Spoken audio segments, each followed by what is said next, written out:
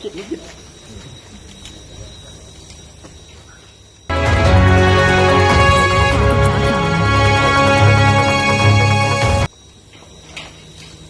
Izin dok. Mansuri, dok.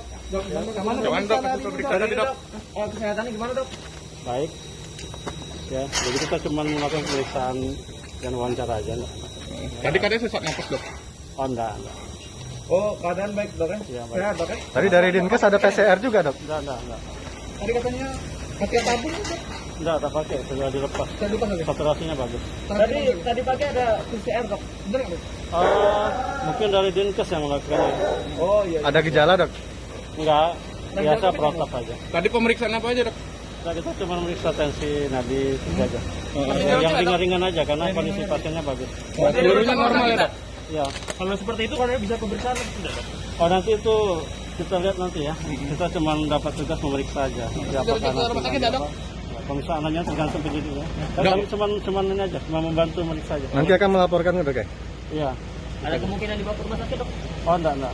Dok ini cuman Herianti ya dok? Suami sama anaknya sehat dok? Semua sehat.